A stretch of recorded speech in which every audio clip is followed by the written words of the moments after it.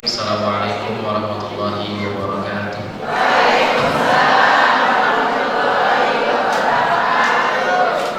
Alhamdulillah, alhamdulillahi ala ihsanih wa syukru lahu ala taufiqihi wa amtinani. Asyhadu an la ilaha illallah ta'ziman li sya'nih wa asyhadu anna Muhammadan abduhu wa rasuluhu da'i ila ridwani.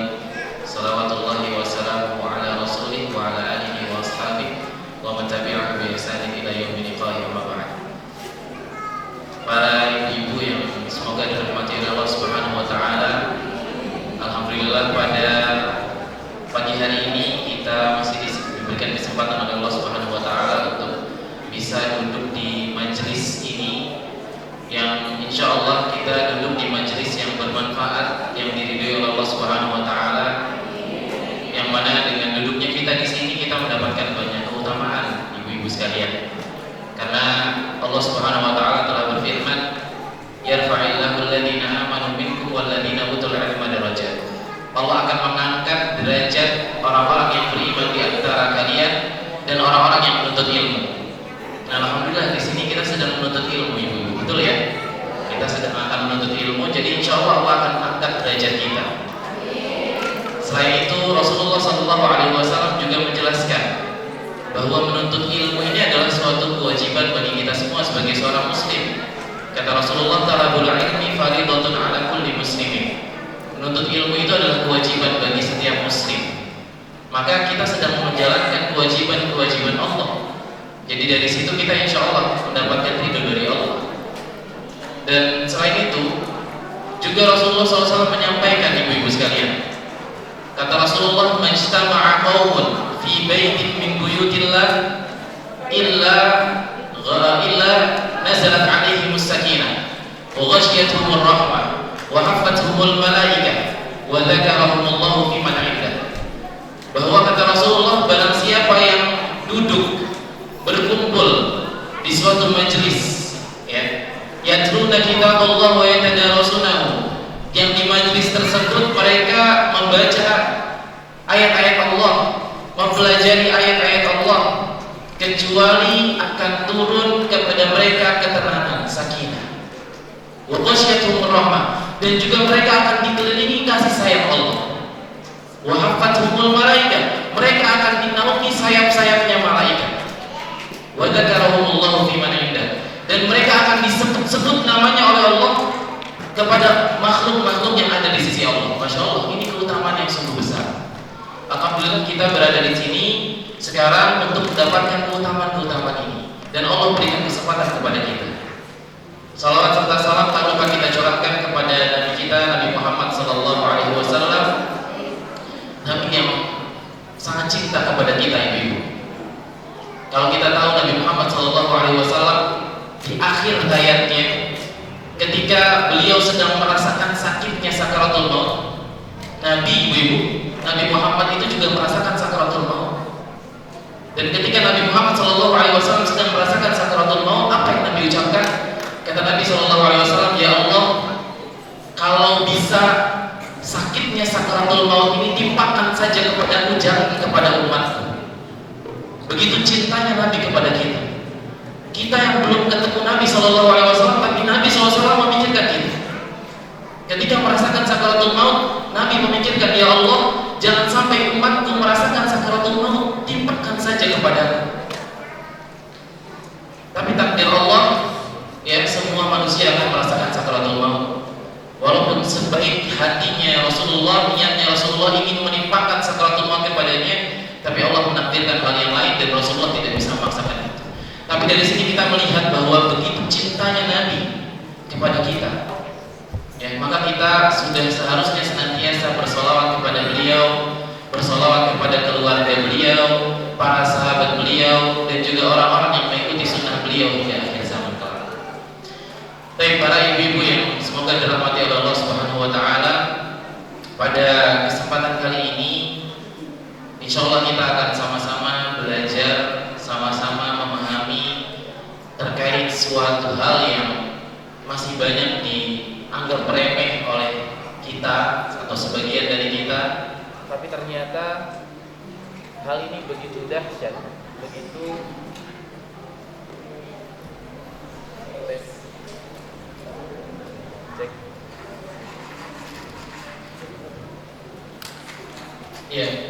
Tapi ternyata hal ini begitu dahsyat, begitu besarnya. Namun sebagian dari kita atau banyak dari kita yang menganggap hal ini remeh, yaitu tentang perkara ghibah. Ya, ghibah ibu-ibu ini seringkali kita luput, ya.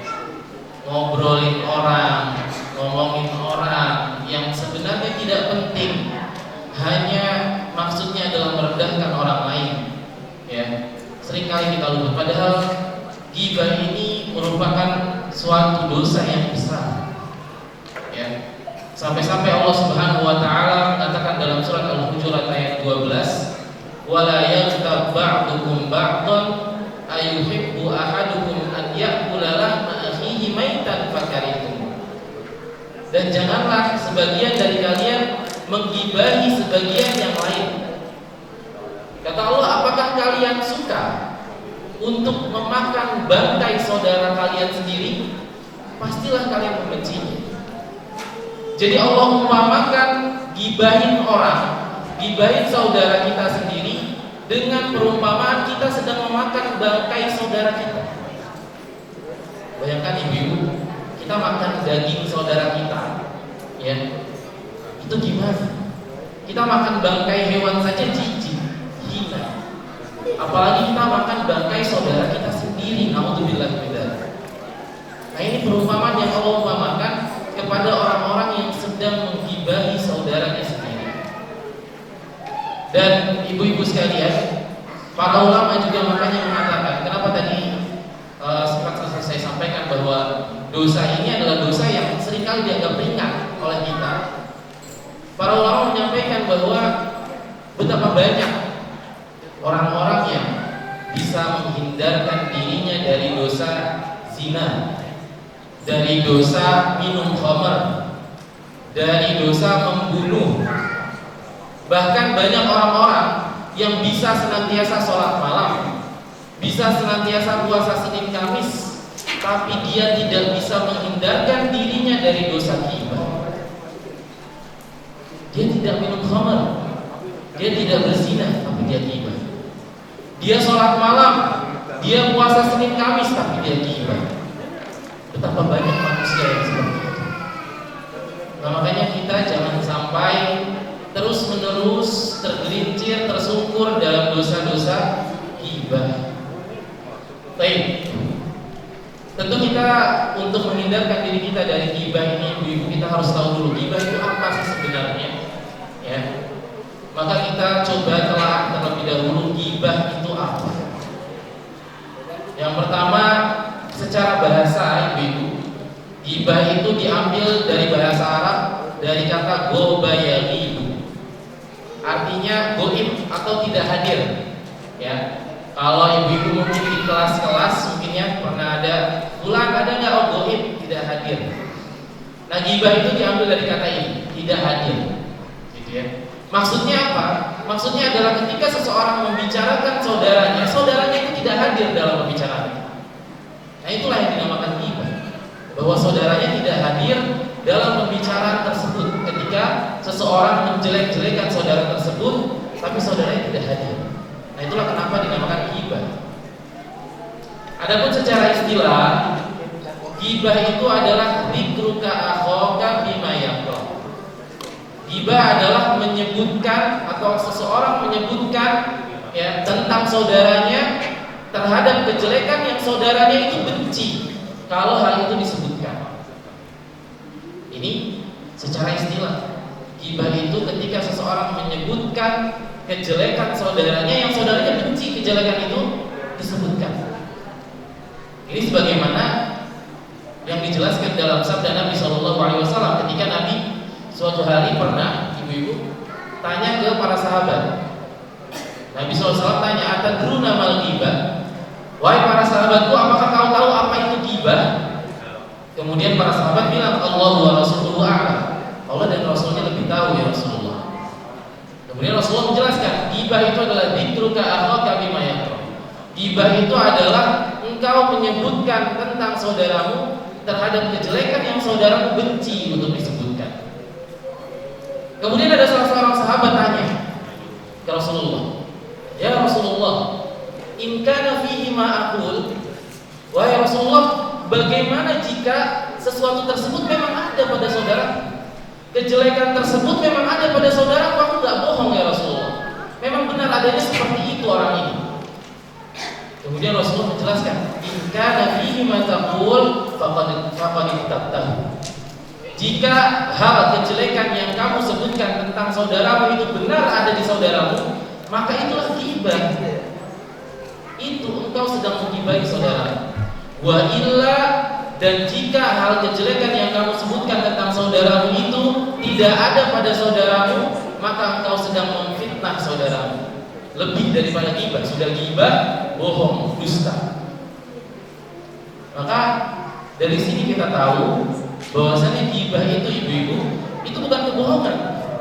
Ghibah itu kebenaran tentang keburukan saudara kita, ya, yang kita sebut-sebutkan di hadapan orang lain ketika saudara kita tidak ada. Itu ghibah, ya. Jadi kalau misalnya ada yang menyangka bahwa ghibah itu kita berbohong gitu ya tentang saudara kita, bukan. Kata Rasulullah, ghibah itu ketika kita menjelaskan tentang kejelekan, keburukan yang benar ada pada saudara kita, tetapi saudara kita tidak hadir pada pembicaraan tersebut. Itu yang namanya ghibah. Nah, juga dari sini ibu-ibu sekalian kita tahu bahwa ketika keburukan atau kejelekan yang ada pada saudara kita, ya, ketika kita membicarakannya, ketika orang lain atau saudara kita tidak hadir, ya, itu dinamakan ghibah. Tadi kita sudah sebutkan bahwa ghibah diambil dari bahasa Arab yang berarti ketidakhadiran. Jadi saudara kita tidak hadir dalam bicara tersebut.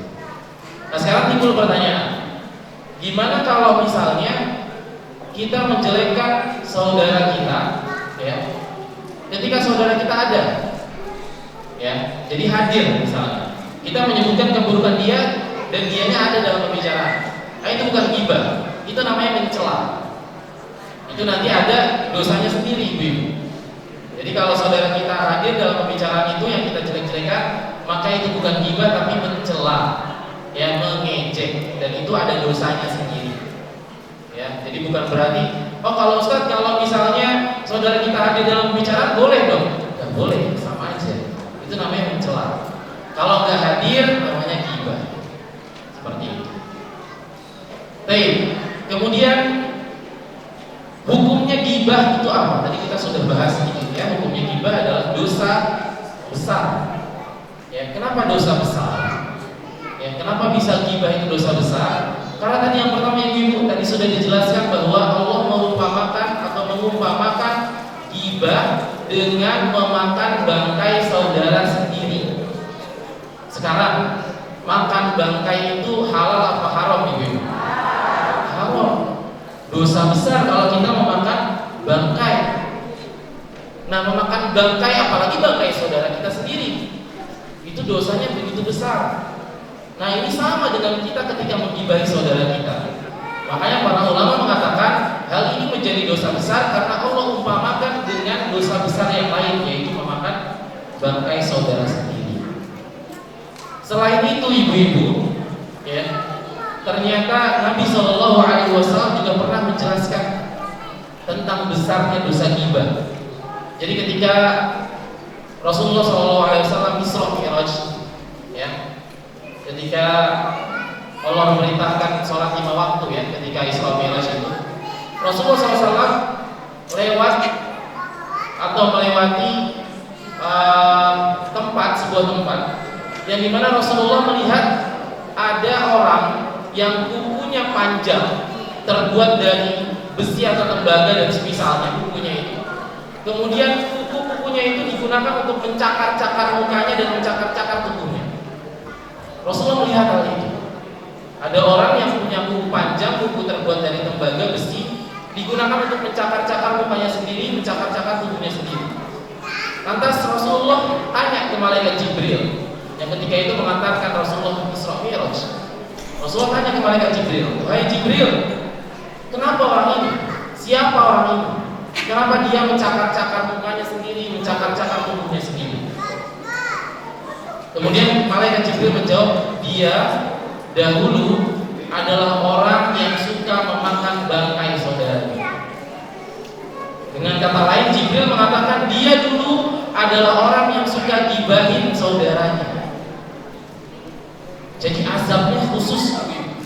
Azabnya adalah mencakar-cakar mukanya sendiri, mencakar-cakar tubuhnya sendiri dengan kuku yang terbuat dari tembaga atau besi. Nauzubillah min dzalik.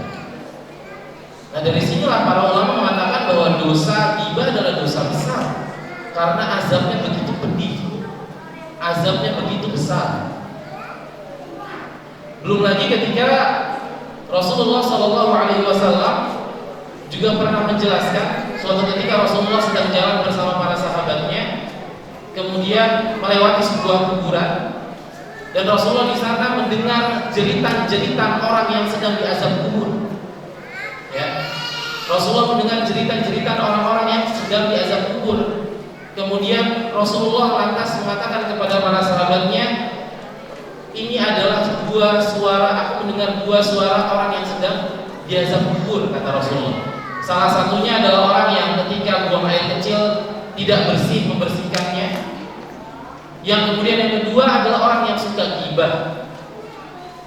Jadi orang yang suka ghibah secara spesifik, secara khusus disebutkan Rasulullah akan mendapatkan azab kubur. Nah, inilah yang juga menjadi landasan bahwasannya ghibah itu adalah dosa besar. Ya. Makanya kita jangan sampai terjerumus dalam dosa ini, ibu-ibu. Ya, kita seringkali lupa, seringkali luput. Dan sekarang ghibah itu, masya Allah ya, semakin perkembangan zaman, ghibah itu sekarang bukan hanya lewat lisan, ibu-ibu. Lewat tulisan itu lebih bahaya. Di grup-grup WhatsApp, ya, di media-media sosial yang lain, misalnya di Instagram, di Facebook, itu begitu mudahnya orang-orang itu berghibah, menggibahi orang lain. Bukan hanya dengan mulutnya saja, ternyata sekarang dengan tangannya sudah menggibahi saudaranya sendiri. Nah, ini jangan sampai kita termasuk dalam orang-orang yang terjerumus dalam dosa ini. Kemudian tadi kita sudah tahu hukum ghibah, menggibahi. Nah, sekarang bagaimana hukumnya kalau orang yang ikut dalam pergibahan itu? Ustaz, saya tidak ngomongin orang, tapi saya mendengarkan saja. Dalam forum itu saya hanya mendengar saja. Kata para ulama, seseorang yang mendengarkan, ikut mendengarkan, asyik mendengarkan ghibah, maka dosanya sama seperti orang yang ghibah. Jadi kalau kita berada dalam sebuah forum, sebuah majelis, ada teman atau saudara kita sedang ghibah, kita jangan ikut-ikutan dulu. Jangan kemudian kita asyik mendengarkan, jangan kita terlarut-larut dalam ghibah-ghibah itu. Kalau bisa kita nasihati teman kita, nasihati saudara kita, ya. Jangan terus-terusin ghibahnya, hentikan ghibahnya. Kalau nggak bisa, Rasulullah pernah bilang, man ra'a minkum munkaran, barang siapa di antara kalian melihat kemungkaran, kata Rasulullah, falyughayyirhu biyadihi, maka ubah coba dengan tanganmu. Bisa enggak? Kalau nggak bisa, kata Rasulullah, fabilisan, dengan ucapan, nasihati. Bisa nggak nasihati? Kalau nggak bisa, kata Rasulullah, fabiqalbi, dengan hatinya. Gimana dengan hati? Menolak. Kalau ada orang yang sedang ghibah, kita tolak dengan hati. Jangan ikut-ikutan. Kalau kita bisa pergi dari forum itu, pergi. Kalau kita bisa meninggalkan majelis ghibah itu, majelis ghibahnya kita tinggalkan. Kalau tidak bisa, tahan. Kita jangan sampai asyik-asyikan ikut mendengar ghibah tersebut. Maka dosa ghibah ini bukan hanya orang yang menggibahi saja, ibu, tapi yang ikut mendengarkan, asyik memperhatikan, ya, itu juga termasuk dalam dosa ghibah. Maka ketika kita dalam majelis forum-forum yang sukanya gibahin orang, tinggalkan. Ya, daripada kita terlarut-larut, akhirnya kita tergoda, terdorong untuk juga menyebutkan kejelekan saudara kita. Ya, nah ini jangan sampai ibu kita terjerumus dalam dosa ghibah. Ya, tadi kita tahu bahwa ancamannya begitu besar, azabnya begitu pedih. Maka jangan sampai kita terlena dengan hal-hal yang menjerumuskan kita di dalam dosa ghibah. Baik. Kemudian ibu-ibu sekalian, bagaimana cara kita bertaubat dari dosa ghibah. Ya. Para ulama menjelaskan ada cara untuk kita bertobat dari dosa ghibah. Karena mungkin sebagian dari kita atau banyak dari kita sudah terjerumus. Gimana sekarang caranya kita bertobatnya? Gimana caranya kita sekarang meminta ampun sama Allah atas dosa ghibah itu? Mungkin sebagian kita berpikir bahwa oh gimana caranya? Mungkin caranya adalah kita datangi saudara kita terus kita beritahu oh tadi kita gibahin kamu. Ini salah ibu-ibu, jangan seperti itu. Jadi cara bertobatnya bukan kasih tahu saudara kita bahwa kita tadi gibahin dia, bukan. Itu malah tambah sakit hati saudara kita. Cara taubatnya adalah kita ya pertama memohon ampun kepada Allah. Kemudian yang kedua, kalau bisa kita sebutkan kebaikan-kebaikan saudara kita. Jadi setelah kita sudah menyebutkan kejelekan-kejelekan, sekarang tugas kita adalah menyebutkan kebaikan-kebaikan saudara kita. Agar harga diri saudara kita yang tadinya direndahkan menjadi kita naikkan. Kita tahu bahwa kita sesama muslim itu kan harus saling membantu ya ibu-ibu ya. Jadi bukan saling merendahkan. Kalaupun kita benci, kita tidak suka dengan saudara kita semuslim, bukan berarti kita boleh merendahkan saudara kita, nggak boleh. Apalagi sekarang di zaman sekarang kita berada lagi di tengah-tengah perpolitikan gitu ya. Ibu ini juga penting. Jangan buang-buang waktu kita untuk menjelek-jelekan orang yang tidak kita tahu sebenarnya. Calon-calon presiden, wakil presiden, apakah ibu-ibu kenal? Nggak kenal. Apakah ibu-ibu tahu gimana sifatnya? Nggak tahu. Kita hanya dengar dari media, hanya dengar dari A, hanya dengar dari B. Kita tahu kebenarannya, nggak tahu kebenarannya seperti apa. Maka jangan sampai kita malah bermudah-mudahan ngejelekin A, ngejelekin calon presiden A, ngejelekin calon presiden B. Nggak penting ibu-ibu, nggak penting. Jangan sampai malah kita terjerumus dalam hal ghibah ini. Kita menjelek-jelekan, malah kita nggak tahu itu benar atau tidak. Bisa jadi itu tidak benar, kita menuduh, memfitnah, itu lebih besar lagi dosanya. Maka jangan sampai tahan, ibu-ibu tahan. Jangan sampai kita membuang-buang waktu untuk hal-hal yang nggak manfaat. Toh kalau misalnya kita menjelekkan, kita nggak dapat apa-apa ibu-ibu. Kita menjelekkan sosok A, kita nggak dapat apa-apa. Maka jangan sampai kita bermudah-mudahan nulis sesuatu, ngomong sesuatu yang kita nggak tahu kebenarannya seperti apa. Kalaupun benar, maka tadi kata Rasulullah, kalaupun benar kejelekan itu ada pada diri seseorang itu, maka itulah ghibah. Itulah sedang menggibahi saudara kita. Kita tahu capres-capres, cawapres kita itu kan muslim semua. Itu saudara-saudara kita semuslim, maka nggak perlu ibu-ibu tahan, ya. Kita nggak tahu kebenarannya seperti apa. Balik lagi kita bicara bertaubatnya. Yang pertama mohon ampun, kemudian yang kedua tadi adalah kita menyebutkan kebaikan-kebaikan saudara kita, ya. Kemudian yang ketiga adalah ketika kita bisa menasihati saudara kita yang sedang gibahin saudara kita, kita nasihati. Itu cara bertobatnya seperti itu, ibu. Ya. Jadi mohon ampun kepada Allah, kita usaha untuk menaikkan lagi harga diri saudara kita dengan menyebutkan kebaikan-kebaikan saudara kita di hadapan orang-orang lain yang sudah kita pernah menjelekan saudara kita di sana. Kemudian ketika ada teman kita, saudara kita menjelek-jelekan lagi saudara kita, sebisa mungkin kita nasihati. Itulah cara bertaubat kita dari dosa ghibah. Ya. Jadi usahakan semaksimal mungkin. Kalau kita sekarang sudah tahu bahwa dosa ghibah ini dosa besar, segera bertaubat kepada Allah dengan cara-cara tersebut. Baik, ibu-ibu sekalian yang semoga dirahmati oleh Allah Subhanahu wa taala. Yang harus kita tahu juga ibu-ibu, bentuk-bentuk ghibah itu macam-macam ya ibu-ibu.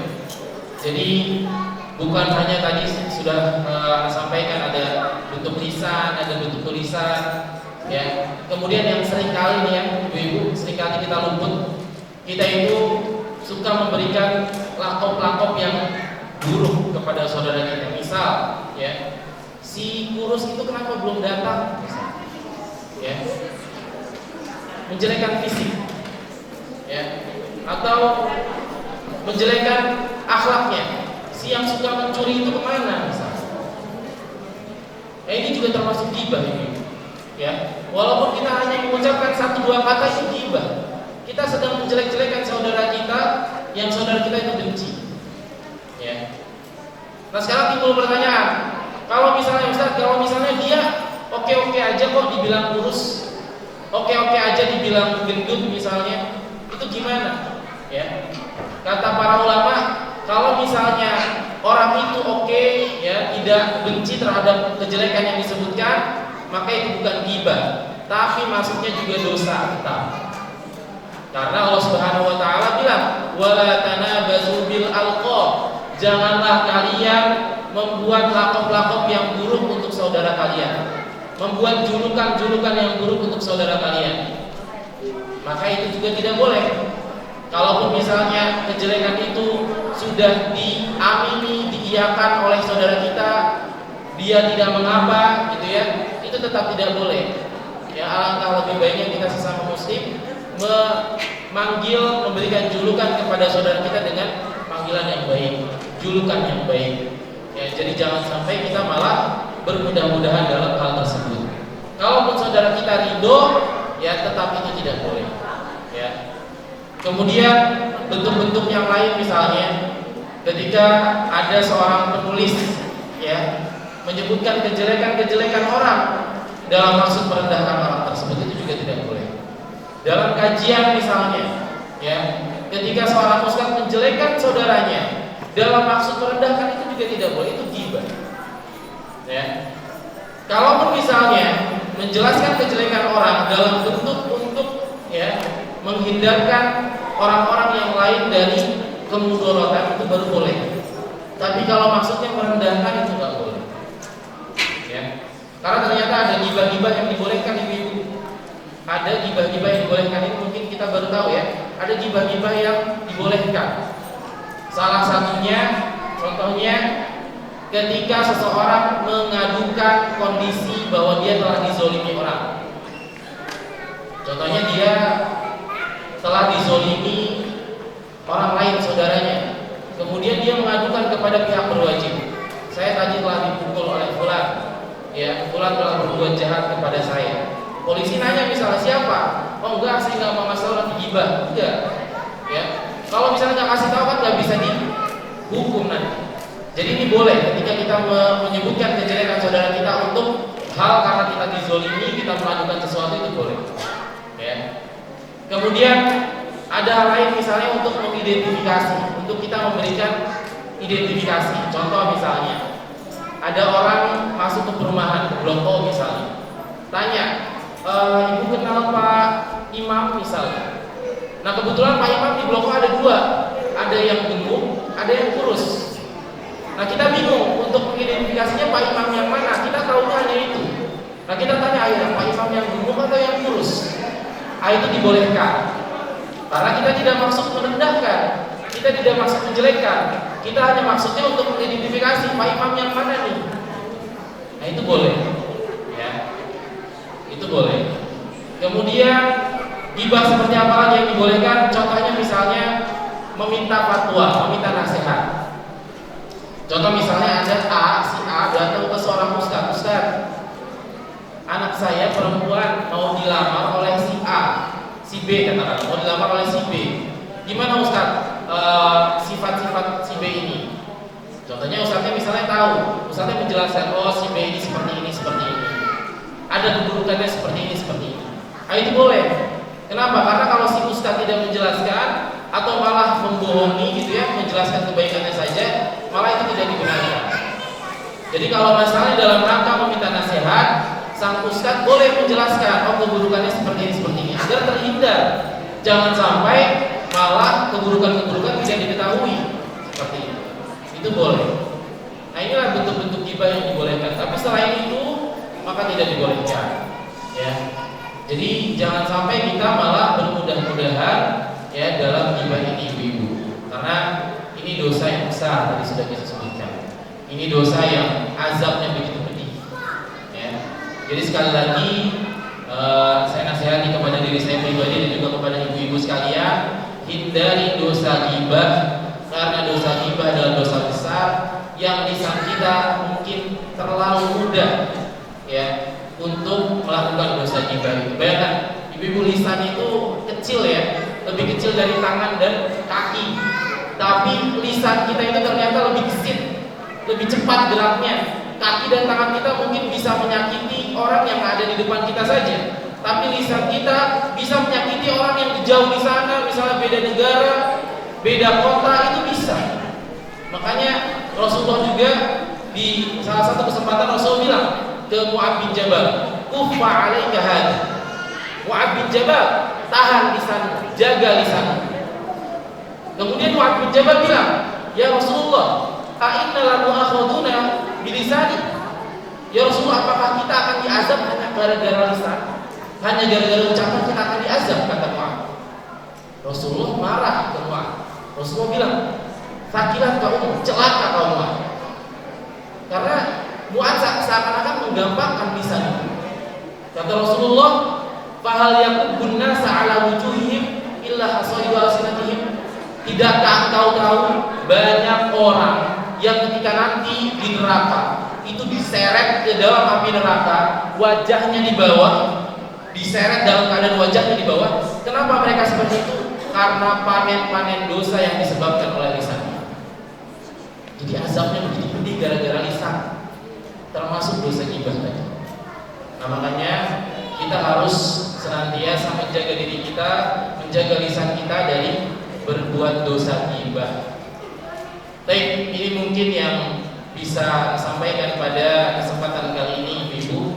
Semoga yang sedikit ini bisa memberikan manfaat untuk kita semua, bisa menjadikan kita lebih mawas diri dari dosa-dosa yang kita seringkali anggap remeh tapi begitu besar ternyata dosa ini.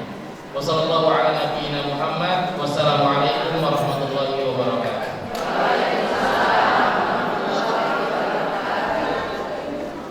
Ibu sekalian, mari kita berdoa untuk kebaikan diri kita, kemudian juga kebaikan saudara-saudara kita.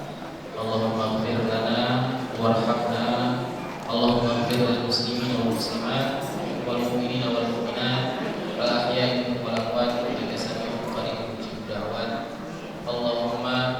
Allahumma rabbana zalamna anfusana wa in lam taghfir lana wa tarhamna lanakunanna minal khasirin. Rabbana la tuzigh qulubana ba'da idh hadaytana wa hab lana min ladunka rahmah innaka antal wahhab. Rabbana hab lana min azwajina wa dhurriyyatina qurrata a'yun waj'alna lil muttaqina imama. Allahumma aslih waliya amrina wa wulata umuril muslimin. Allahumma aslih waliya amrina wa wulata umuril muslimin. Allahumma aslih waliya amrina wa wulata umuril muslimin. Allahumma ansur ikhwanana al-muslimin al-mustad'afina fi Filistin. Allahumma ansur ikhwanana al-muslimin al-mustad'afina fi Filistin. Allahumma ansur ikhwanana al-muslimin al-mustad'afina fi Filistin. Rabbana atina fid dunya hasanah wa fil akhirati hasanah